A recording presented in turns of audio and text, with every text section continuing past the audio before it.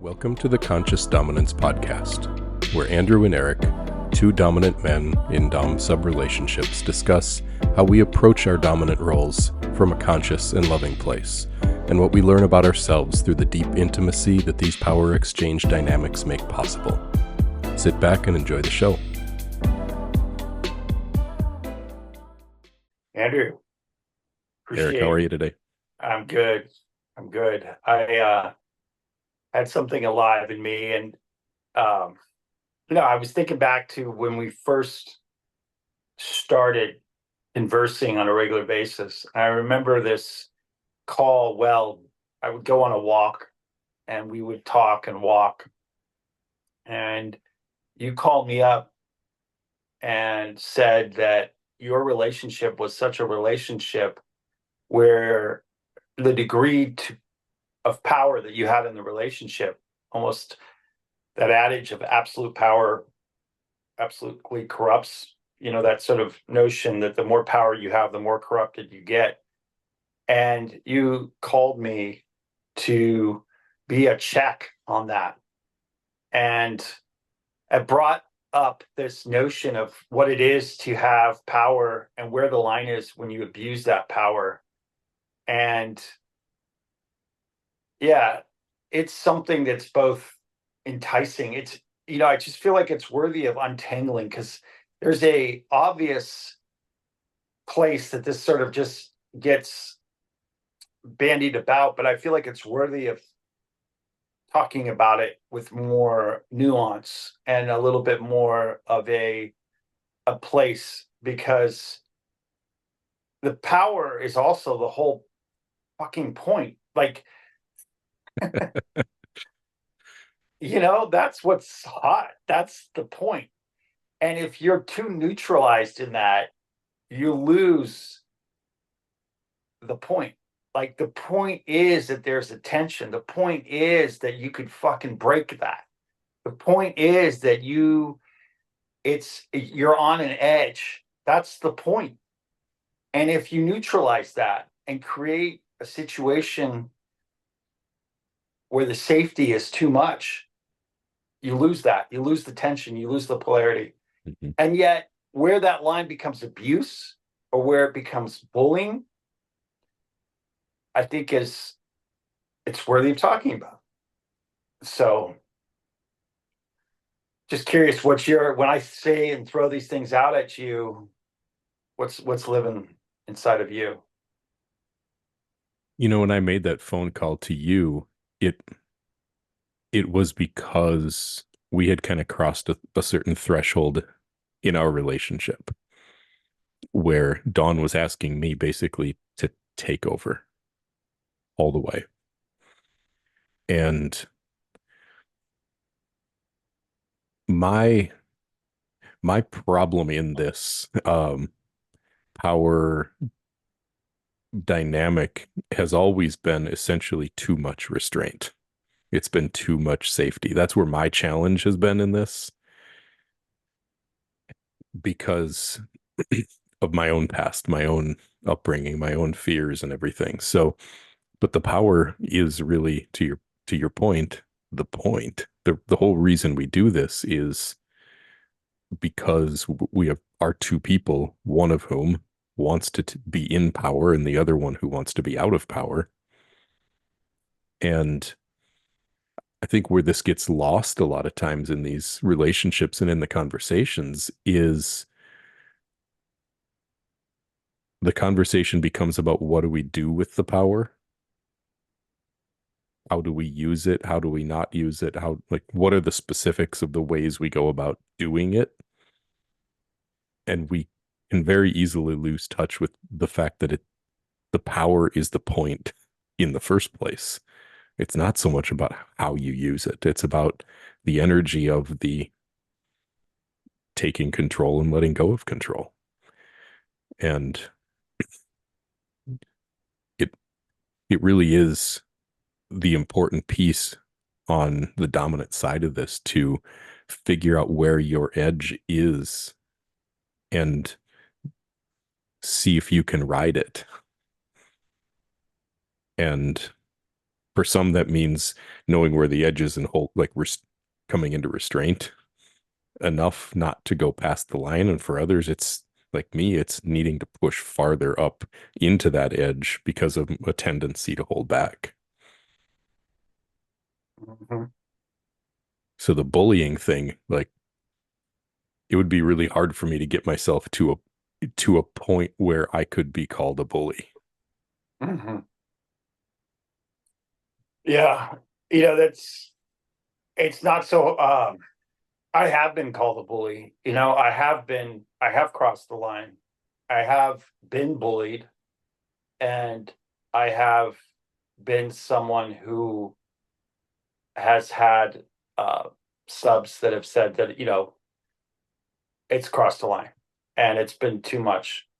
And the thing about that line is you don't always know it's there until you've crossed it, like well, the edge is, it's not, especially when you're dealing with this type of thing. And as I've gotten more and more conscious, the thing that I really feel into is the work really is in not being in a triggered state. Like we've talked about this before, but it's really truly being where you're not losing your shit as you're doing it. You're not triggered and then out of control and acting from this place that is not, is a reaction. You're not, and that's where I feel like that's the true line.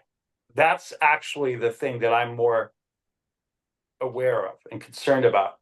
If I cross the line when I'm in a place of, um, I'm in control, oh, boom, you know the line, come back.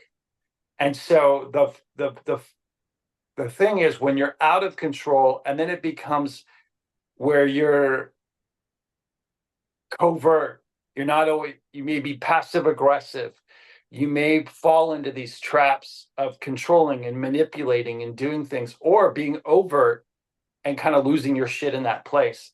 And this is where the conscious check-in with each other, with ourselves, becomes paramount. Because if you do not have some sort of something to check yourself, there has to be that. This is where, and that's, and and the interesting thing of the nature of this type of relationship is you're literally here to push that person past their comfort zone.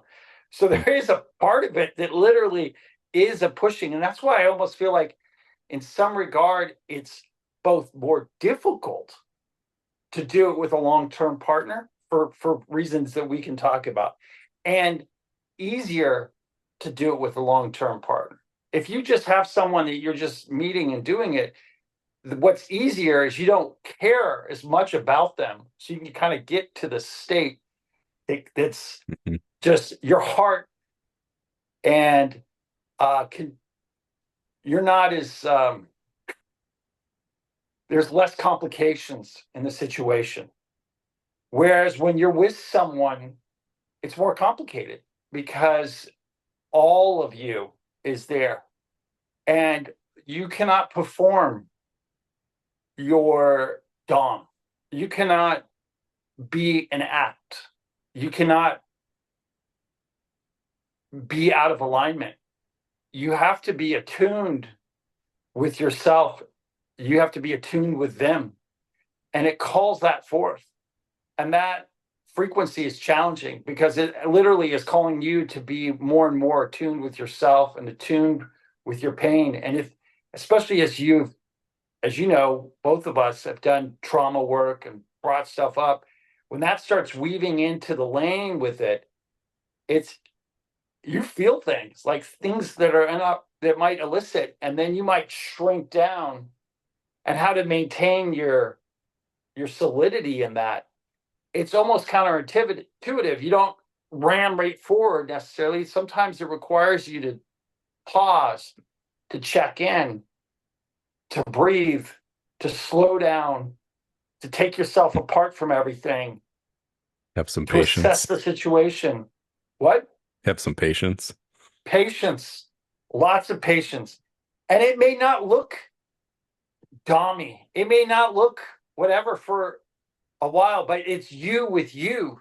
And I think what you realize is this abuse and the bullying is really about you getting rid of it within yourself. When you can really stop bullying yourself, stop abusing yourself, then the frequency and the way that you act towards that other person becomes something. It can't be from that other place. It won't be from that. It just can't be when you're in a you'll be your checks are built in. And I feel I've seen that and witnessed that and felt that. And I think part of the journey, though, is that there is this period of time, and even with it, where you can't, it's not just pure expansion, it's not just pure growth, it's not just spring and summer all the time. There's also this period that's fall, that's winter, that forces you to contract and then to come back and to check yourself in that process. And if you don't build that check in process, that's I feel like when the lines get crossed and where the abuse and the bullying and these other things. And I feel like often that's there in relationships where it's not as explicit, where it's not as covert, where it's more covert, where it's unconscious, where there's a lot of patterns that are there that are not being brought to the surface. And so I feel like it's almost the opposite. It's almost like if, and we've talked about this before, but that if you bring these things up forward, and then we can talk about it. It's literally giving a voice to your partner, your submissive. There's a check built into the whole situation. Yeah, in my coaching practice, one of the biggest reasons why people come to me and hire me in coaching is because there's this thing that happens when you're having all the fun as a kinky dom sub couple, um, and things are going along great, or maybe you have a past or experience with just bedroom kind of DS dynamic, but then people fall in love. They fall in love with their partner, or they're in love with the partner and they want to bring this dom sub dynamic into the relationship, and figuring out how do we do the love thing and the dom sub thing isn't um it isn't obvious. No, it's not obvious. And it requires this is where your shadow work, this is where your work on your own in your journals, writing, reading, checking in with yourself, because you got to tune in with the part of you that's your killer. Like you got to tune in with the part of you that's your dark side, Yep. because there's no way to do that authentically without tapping into that. But if you're with someone you love, you're like, oh shit, I can't bring that person into the picture. No, it's the opposite. You better bring that in, because you better tame. You better be your fucking horse whisperer. You better get in there and be in a place where you can be in harmony and attuned to that part of yourself so he can be your ally. And this whole idea with parts, there's different parts of us. You can Mhm. think of one of our parts as a monster or a killer. There's also a little boy, there's a dad, but this monster, you want an ally. You want that dragon. It's like How to Tame a Dragon, kind of. My kids, they love that movie, Yeah. but they did. It's a great movie because it really gets to this idea of taming and being aligned with our monster side, our dragon side. And this is the thing that Jordan Peterson talks about, how essential it is that we aren't just that there's no benefit in just being weak and just being safe. Like, we need to be able to be dangerous men and have that power, that strength under voluntary control. Because Mm-hmm. a virtuous man is a man who could do damage, who could be destructive, and who Mm-hmm. chooses not to save that energy for where it's necessary, for when Mm-hmm. we need to defend what matters or stand up for what's really important in life. And yeah, we have to integrate these pieces of ourselves rather than shut them down or shame them or think, oh, well, we just can't do dom sub when we're in love. Like, sure you can, but you can't do it from a disembodied place. You can't do it from an unconscious place. That's why people come to us thinking, oh, we're going to talk about dom sub, and we end up talking about what it was like as a little boy, because Right. you have to go all the way back to the root of why you are the way you are, and Right. And undo the reasons that you may have developed an interest in these dom sub dynamics in the first place, which could have come from a really wounded place, and heal the damaged parts of you that brought the desire for these kind of power dynamics, heal that wounded part of you, and still hold on to the interest in kink, still hold on to the interest in power, and be able to play with it from a healed place instead of having it come from a damaged place inside of ourselves. And and that's the entire challenge in doing this in a conscious, loving way. Andrew, you said it fucking spot on. I want to just, and that is not easy. And I'll say it. Fuck no. It, And there's a period. So you come in because I know what you're talking about because it's so true. I came in running hard, running fast, running like even into this relationship from this place that was acting from the wounds. And then very much identifying in that sort of DS old, not realizing how much of it was partly out of a need to heal these triggered, wounded parts from my past. Then, as I'm doing the conscious work to bring consciousness, and the thing is that you can't avoid the conscious work if you start bringing consciousness to your relationship, it will come up. And if you start showing curiosity and you start showing a little gentleness to yourself, you will start seeing, oh my God, I'm doing this from this wounded place. And then when you get to that place, religion, society, all kinds of things, I've told people, oh, we're done with that. Put away that. That's not going to be a part of your behavior anymore. We're going to set that aside. And then now you have to go behave and go be civilized. And what you're saying, what I'm saying is no, no, no, no, no, no, no. There's another option. You're going to be able to go and be conscious, but you're going to be able to incorporate the parts of you that are dark, that are the shadow sides. I mean, this is the whole story of Batman. This is really what it is. You know, I mean, this is what this is. This is Batman. This is the story. You look at those movies, you realize, oh my God, this is where this dark side kind of comes in to really be a part of this. This is his old tale as old as time. I mean, this is the Beauty and the Beast. I mean, there are stories throughout yeah. time that The sort of bring archetypical, us the archetypical archetype. stories. Yep. Yeah, yeah, it really is. But the work of doing this is perpetual. And the thing is that I want to kind of claim it's not like it's clean. Like you're still getting healing from doing this. I just want to state that it's not as though like you get to this new place and it's no longer healing to be in this type of relationship. It's just that you're aware that you're doing this for this healing, and you're aware and you're doing other work to heal yourself. And this isn't the only thing that's healing you. And you're much more aware of the ecosystem that you're in that's caused you in this situation. So I want to hit on a point and see if this has ever been a thing for you, because this really, as I worked through my own healing work, um, it was something that came up for me, and I'm curious to hear your experience. But I went through and did a whole bunch of therapy work and trauma healing work coming, well, over 4 years ago now. Just so happened that I was able to get in with one of like just a top-notch therapist to do some trauma healing work right at the beginning of COVID when all of her other clients quit or stopped going. And she had openings and she hadn't had openings in 20 years. And I got to work with her every single week for as long as I needed to.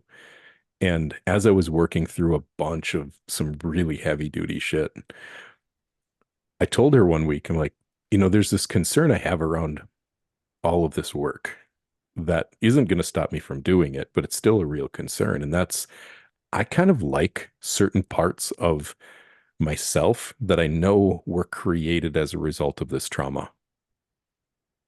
There's Mhm. some parts of me, of my sexuality Mhm. that I like, that are fun for me, that I don't particularly want to let go of. I want to let go of all of the toxic shit that got me here. But does that mean that I'm going to also lose the the parts of myself that became who I am, um, or that I became as I matured with all of this toxic, traumatic shit in my system? Am I going to lose the parts I like? And she made a really interesting point to me that you always get to keep the parts of you that you want.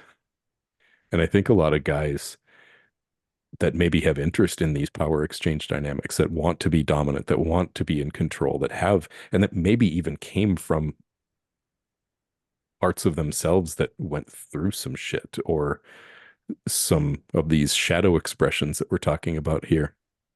There's a fear around doing the work to heal yourself because of being afraid that we're going to turn soft. We're going to lose our edge. We're going to lose the things about ourselves and our sexuality and our interest around these power exchange dynamics, that we're going to lose it. And for me, absolutely, that wasn't the case. It just made it way more possible for me to engage in them in a healthy way. Yeah, I love what you're saying.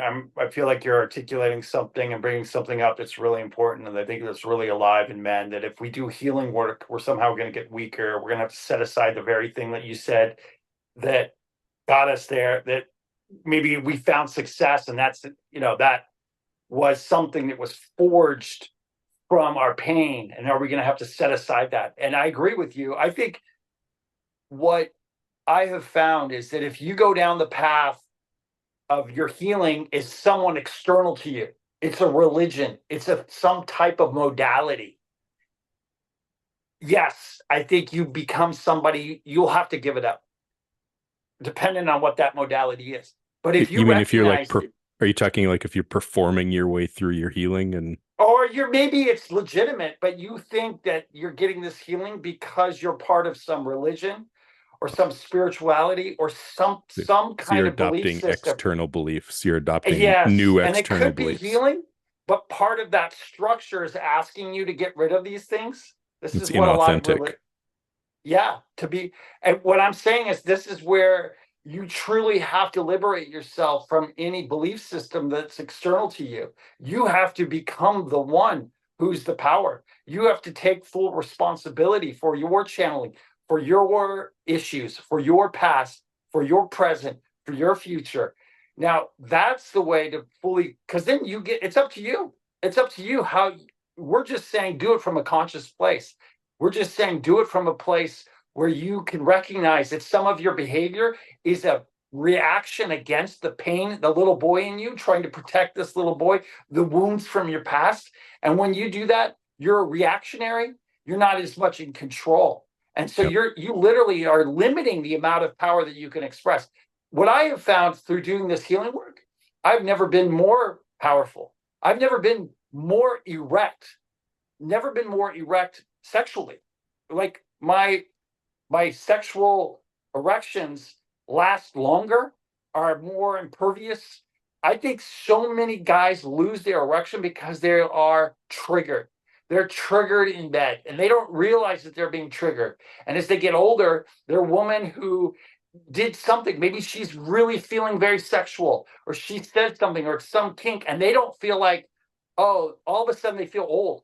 All of a sudden they feel like inept. All of a sudden, something from work, something triggered something from their past. They don't realize that their erectile dysfunction is really rooted in something that's from uh, not what's there, but it's Yeah. underneath the surface. It's That's, mental. yeah, they're like, I've had my own issues with this in the past that I've had to work through, and that are just completely different now because, yeah, it was all about just being completely disconnected from my body and my own experience. I was just all up in my head trying to Hmm. think everything into a reality that I could deal with. And, it this experience of kink and of sex and of dominance and submission and power from a more healed place. And I'll say a more healed place because I don't think we're ever done. It's been the case for me that I did a big bulk of work in a short period of time when I had the ability to do so. But then there's just been continual, like ongoing stuff that keeps getting found to work on. But for me, the reactionary element to it is what went away. Hmm. It, Before it was like I was trying to do all of this while I was standing on stilts on top of a unicycle on a balance board on a surfboard in the ocean. Like the whole thing was wobbly, and I was constantly having to try to Oh yeah, react to all of the unstable shit that I was balancing my right. life on. Well said. And now it's just like I experience all of this energy of power and of dominance standing on the ground. Agreed. But you have to build in a winter, and those winters can be very short, but you have to build in periods of time where if you get some sort of trigger or something that throws you off, you've got to build in the contraction where you can go check out. You can check in with yourself, take care of your little guy, take care of things, and then come back. And I think most men, or at least myself, and I've seen other men, they don't any sort of honoring of the fact that you have a vulnerability, that they're so petrified that there's a part of them that's wounded, that needs to be, that's this little child that's very vulnerable. They have all these protective mechanisms, and when you take those away, yes, you are more raw, you are more vulnerable, but you also have, there can be this wonderful synergy with a part of you that looks after him, like a father that that you may or may not have had, and that is able to sort of take you away from the situation and give you what you need, and then bring you back to the situation. And that could be happening like quickly. Like you could be like, oh shit, I'm getting triggered, doing some breathing exercises, hold yourself, and then come back to it. I think in the past, you think, oh, it's this woman that needs to change. Oh, something external to me needs to change. But what I'm trying to say, and what we've said again and again and again, is that you can come in and you can do it yourself. And I think where we get into we started this whole conversation about abuse and bullying. I think the abuse and the bullying comes from the place where we think it's something external to us. Oh, that woman is the one that's triggering us, or this other person is the one. So then and because we haven't worked through these things, we're unconsciously playing out this part of us that all men want to feel dominant. All men want to feel, at least the masculine energy that's in there wants to feel this place. And especially in our relationship, we want to feel this respect and this dominance. I mean, there may be a kink where it's flipped, and that's fine. But what I'm saying is that there is a place where we have to honor that part and that need in us. And if we're not doing it in a healthy way, it can come out in an unhealthy way. I think as men to some extent, and this is testosterone doing its Right. thing in our systems, we all want to be in control of our reality, to be able to have things our way and to be able to make them better, to take control, to make them better. I think that's a drive within every man. And ironically, sometimes you have to let go to get it better. Yeah. So I'm curious then for you, what's it been like transitioning from a place where you were more in that reactive state where you found yourself playing more of that kind of bully role or maybe tending towards being overly pushy?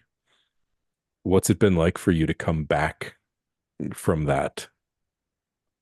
And I want to say too, I wasn't always in that. I just had a tendency. I think there was, let's just say I was sloppy. I was unconscious. How is it to come into this other state? I think it's a reckoning. I think the main point is it's a reckoning with yourself. and it's a reckoning with your past. It's a reckoning with what it is to be a man. It is a reckoning, and there is a full confrontation with all of the your own inner story, your own inner identity.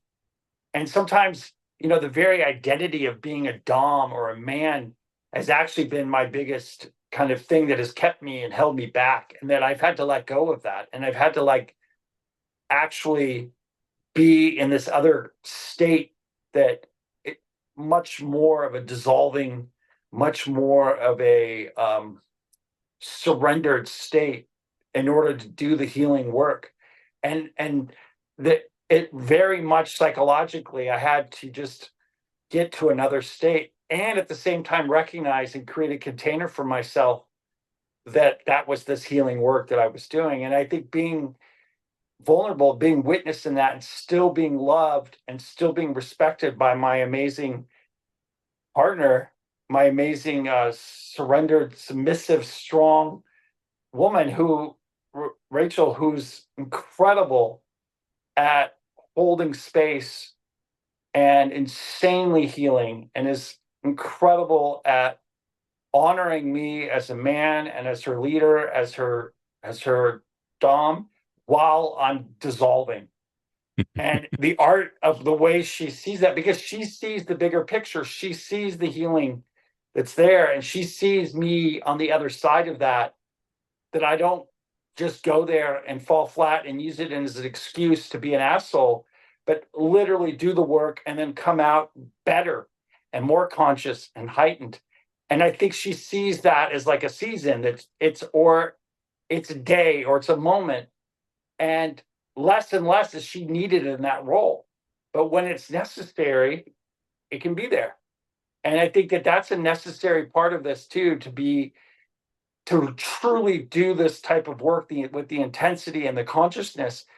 There is a, and she isn't my go-to in that, not anymore, but there is a acknowledgement that that's a built-in process where she's not destroyed, like, oh no, what's happening to my man? It's like, oh, he's going in his cave, he's going to come out, he's going to be fine, he knows how to deal with this, we're good.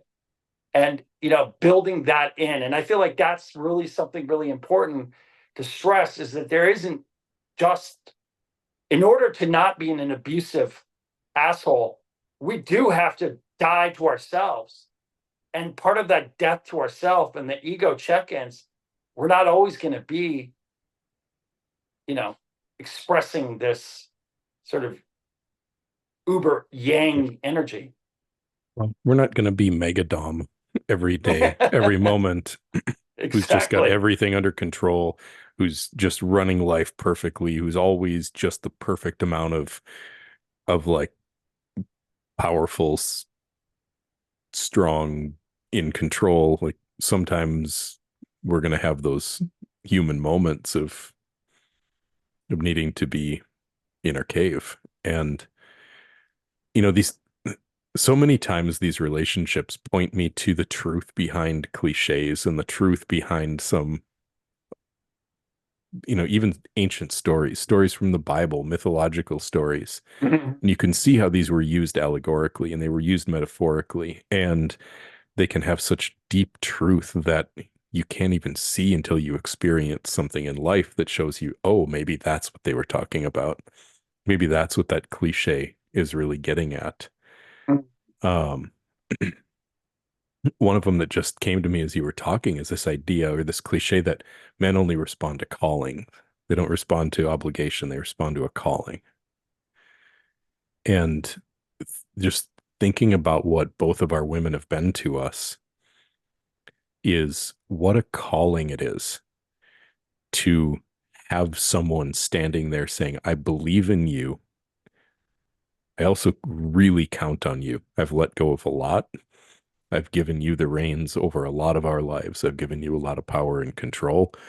And I know you're falling apart right now. And I'm not going to step in and take over. But I am going to trust that you are going to find your way through this. And I believe in you. And to have that kind of to have that kind of love and to know how much is on the line Hmm. to be It's able skin in the to game. really work through whatever it is that we're working through while she is standing there maybe very graciously and very patiently waiting for us Mhm.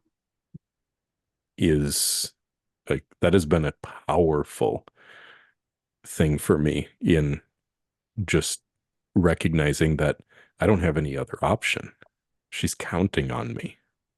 100% truth. And, I also feel like a big part of that is it's not incidental. This is what defines it. The surrender, it's easy for someone to surrender to you and be, you know, following you when you're on it, when you're the Mhm. man and you got your shit together. But what is it when you're not that way and they still are like, I believe in you. I feel you. I see you. You're my man. I see you. That there is a loyalty there. There's a devotion there that has a seed where you rise again, and I feel like simultaneously there's a part of her that is unconditionally loving, and there's also a part of her that's like ex- is expectant of my greatness and me to continually to get better and better and better She's and counting on it. She counting absolutely on it, depends and on it. and and literally our life will fall apart if I don't improve. Like, she's dependent on me being better, and knowing that is an awesome feeling. And a lot of men are like, oh, that's too much. Well, that's the point. Like, the point is to have skin in the game. Like, if there isn't repercussions for you to show up, are we really going to do the work that's necessary? And this work is not just a material comfort, it's psychological too. I mean, Rachel can make money. She's capable. She's got her own business, got her own thing. What she's needing a psychological container. She needs someone who can hold her and hold himself and lead, and also be aware of the money and lead in those areas and lead in all the areas. But it's got to be an inner work. It's not just an outer work. You've got to be really able to navigate your interior, your emotions, what's going on inside.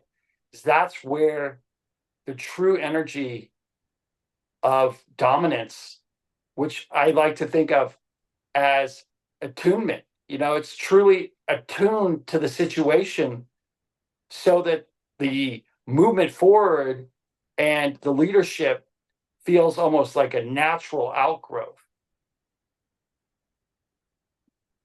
Before we started, you mentioned something about an art project that I was really curious to hear you get into.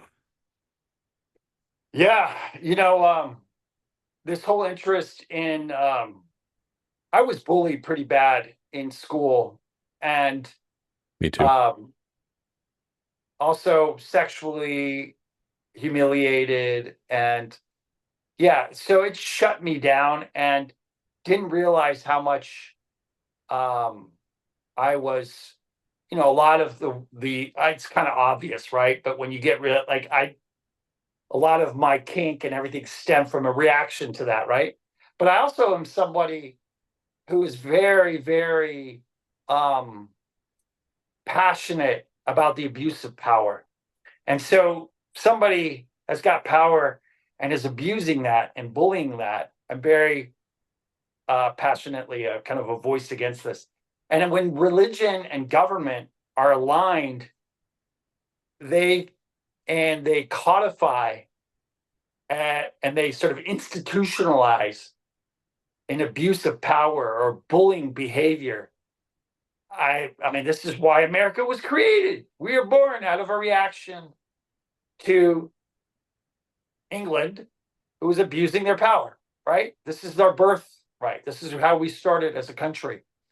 So I feel like when, and, you know, politically speaking, I'm somebody who I'm very, will call out both sides of the aisle. So when I bring this up, uh, I'm adamant this is not partisan in the way that I'm expressing it. I actually voted for the president that I'm about to critique.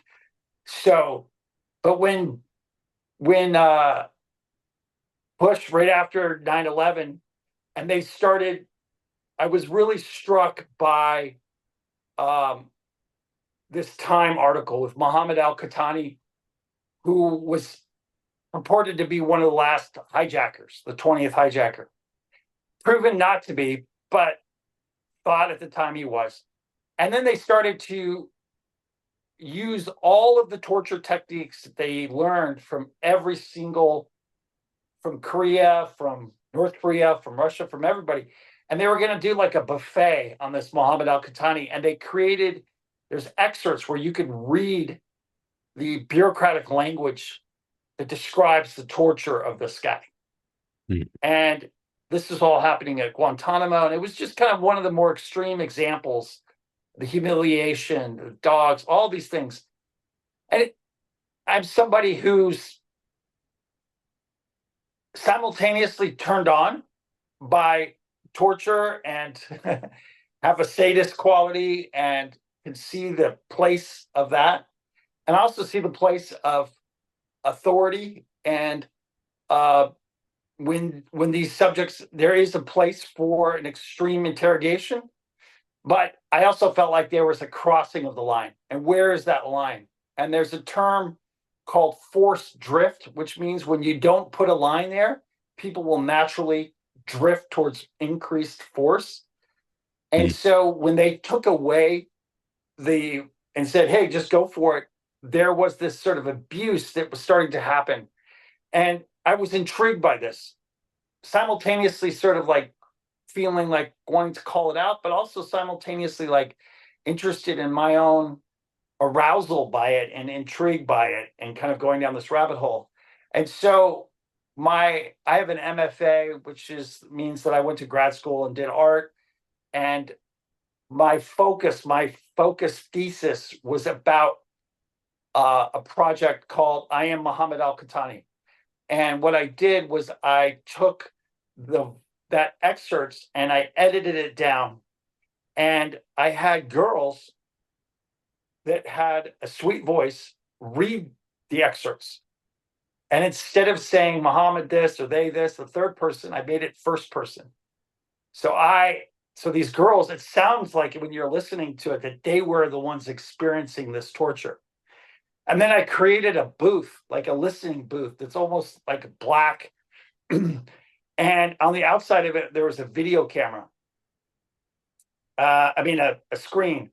And you were watching the person inside. The person would go inside, and there was a surveillance camera on them. And they were listening to these women reading these torture logs. And so you go to the art gallery, and you would be watching people on a screen listening to torture logs read by these women. And then you could go into the thing and listen to this as well. And then I wrote a Fascinating. whole paper, 40-page paper, document about voice and about how voice was as a metaphor for standing up for yourself, but also how voice is a human thing and how it elicits empathy. And so when I had these women reading it, because they were American and they were young, we were empathetic to what was happening. Whereas when it was a third person and it was this other person, we didn't care. We weren't thinking about it. So I was eliciting empathy, but also complicating it because I'm also kind of aroused by the fact that it's these young women getting tortured. And so I play both myself as a person calling this out, but also someone who's perpetuating it. And kind of like we're voyeurs watching it. I don't know. So it had a lot of different layers. I was trying to create an art piece that wasn't purely telling you how to think about this situation, but allowing you to have your own opinion about the situation. And I felt like it was effective and it was well received.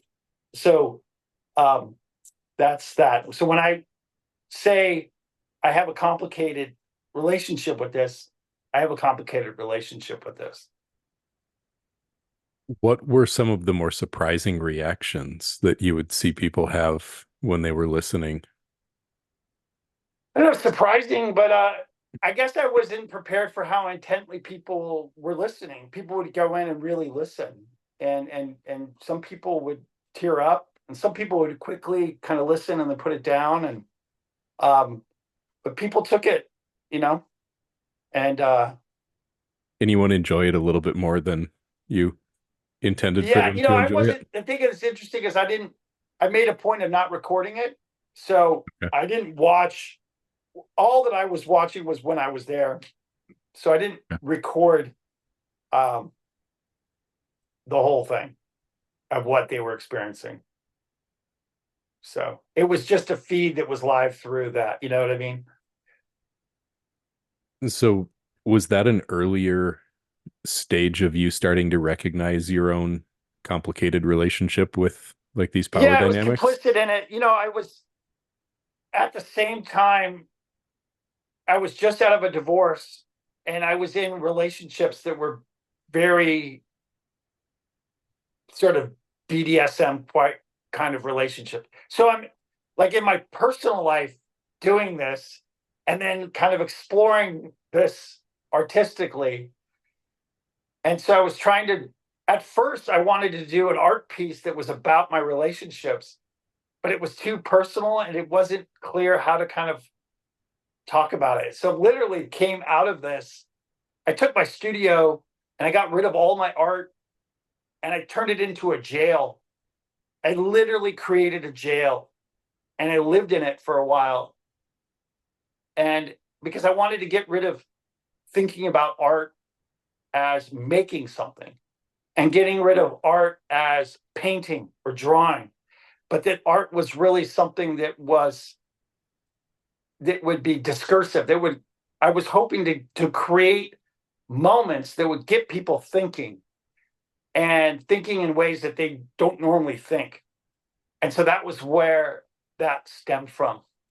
And so the first piece that I did was of a video of this jail, and it was just there was nothing in it. It was a video, and you would listen. And there were I used to work in a girls' jail, and I would do murals with them. I was a volunteer artist in the girls' jail, Hmm. a teenage girls' jail, and we did these murals, Egyptian murals, and over a year and a half, I was there doing murals with these girls, and these girls had this thing, this RSAD, like substance abuse program that they memorized.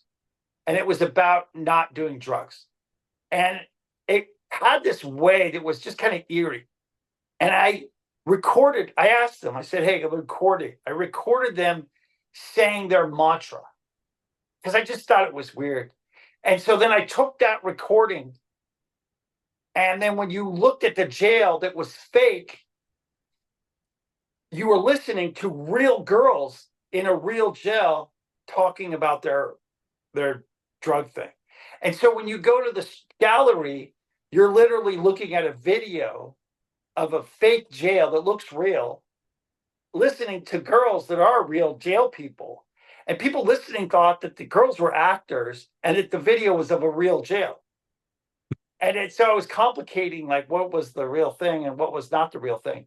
But that piece led me to the Muhammad al-Qahtani piece because I got really interested in how solitary confinement came out of a religious tradition. It was literally the Quakers that were the ones that said, hey, it's good for you to go to solitary confinement because and that there's a whole religious tradition of leaving behind and putting yourself in solitary confinement. So the very thing that we think of as this horrible thing under a different context, we think of it as a beautiful, like it's holy, it's a religious thing, solitary confinement. You're going to reflect on your ways.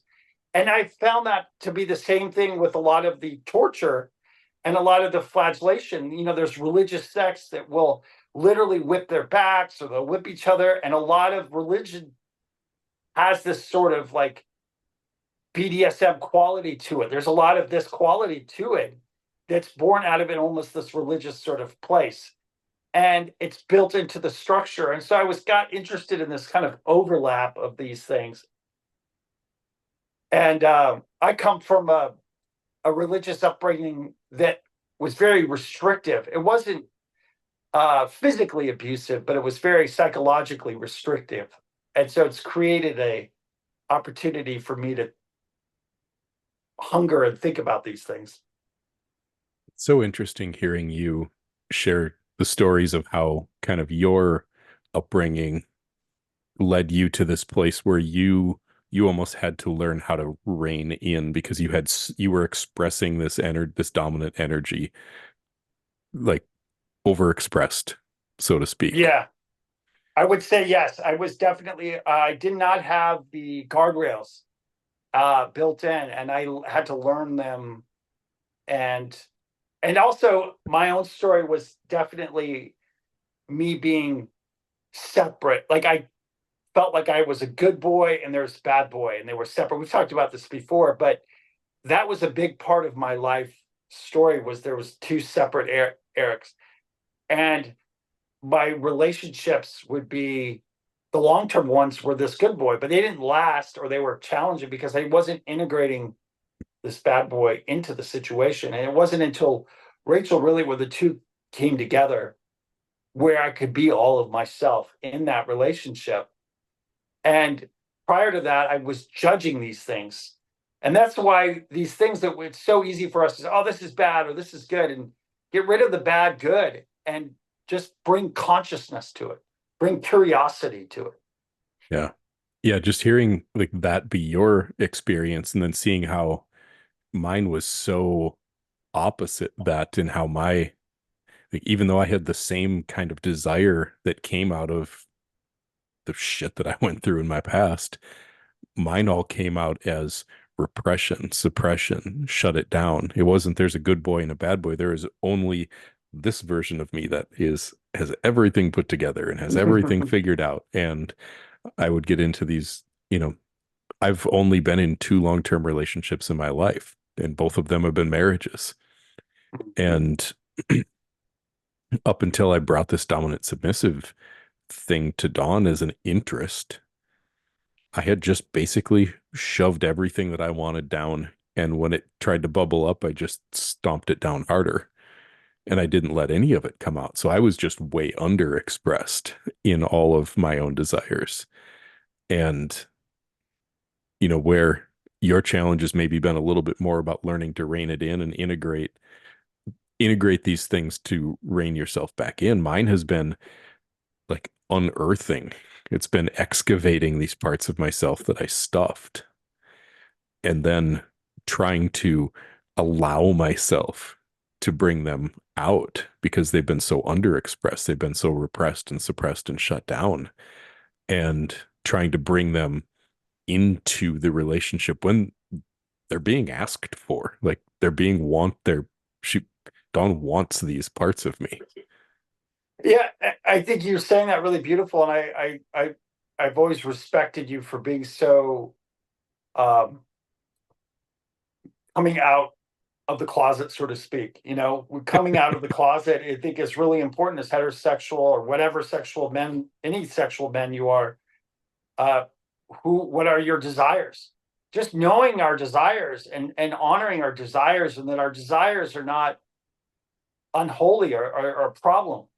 They're not, our desires are sacred. It's actually when our desires become repressed or we just flippantly act on them that it's either extreme that's a problem.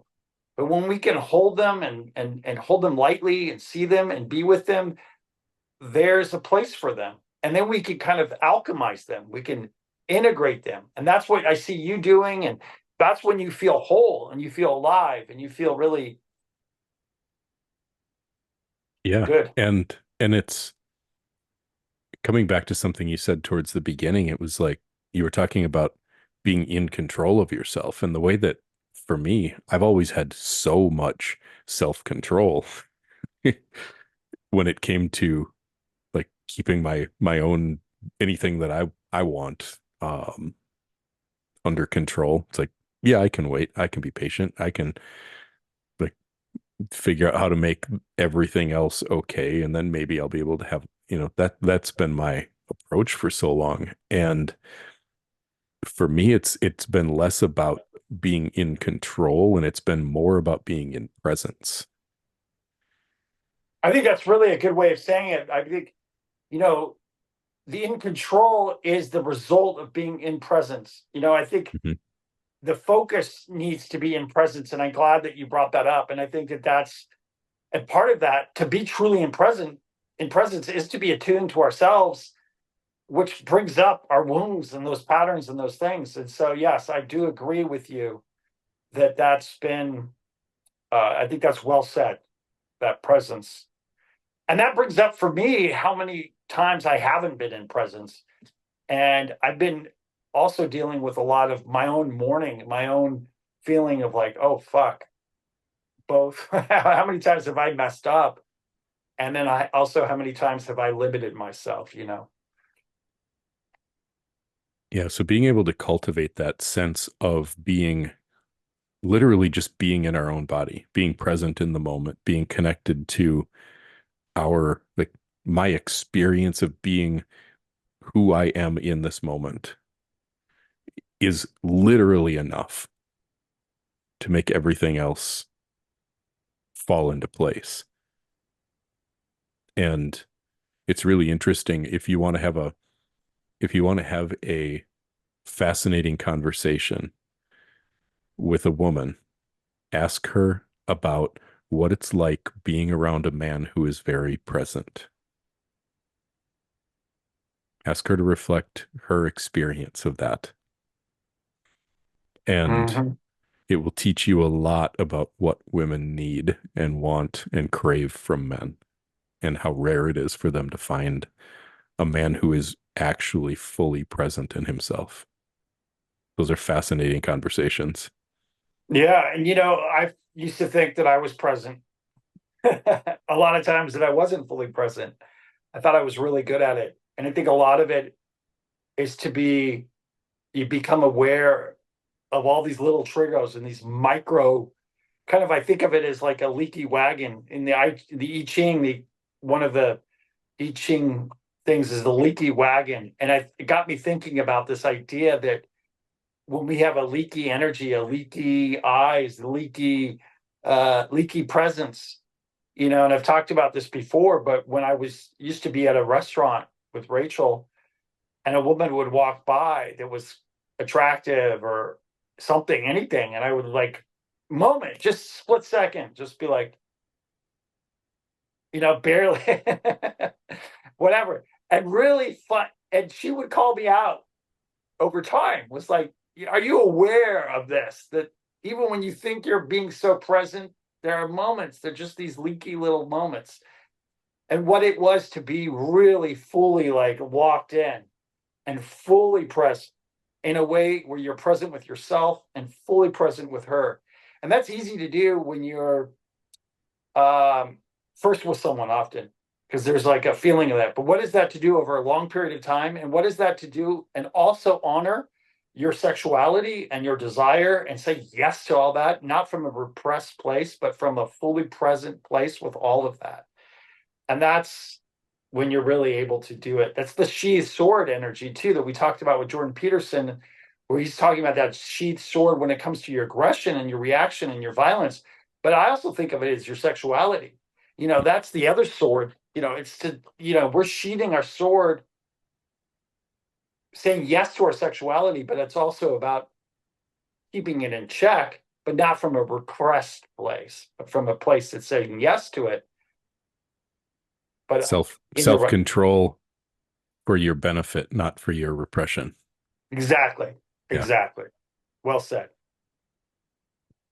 So I guess to end this, I'm curious to hear what you would have to say as kind of a closing thought for a guy who maybe finds himself tending towards the more bully side of dominance, who's maybe sees some in himself of this overexpressed aggression. What would you say to him as a spot to to start bringing himself back into presence. First of all, you've got to see that it's there and honor it. Like, you're not going to get like, you think there's a part of you that may, from this bullying, you may be turned on by it. You may enjoy it. It may be healing to you. It may be something that serves you in some way. So there's that part. There's also this part of you that's wounded, probably, where you're hurt and you've got to figure out where that hurt is. So there's a twofold. You got to be compassionate to two parts of you. One, the part that's doing something, the bullying part that may enjoy that. Two, the part of you that's the little guy in there that's wounded, that bully is protecting or hurt from. And so there's this work involved. So the way to unravel it is there's a certain inner, like an inner unraveling that needs to take place.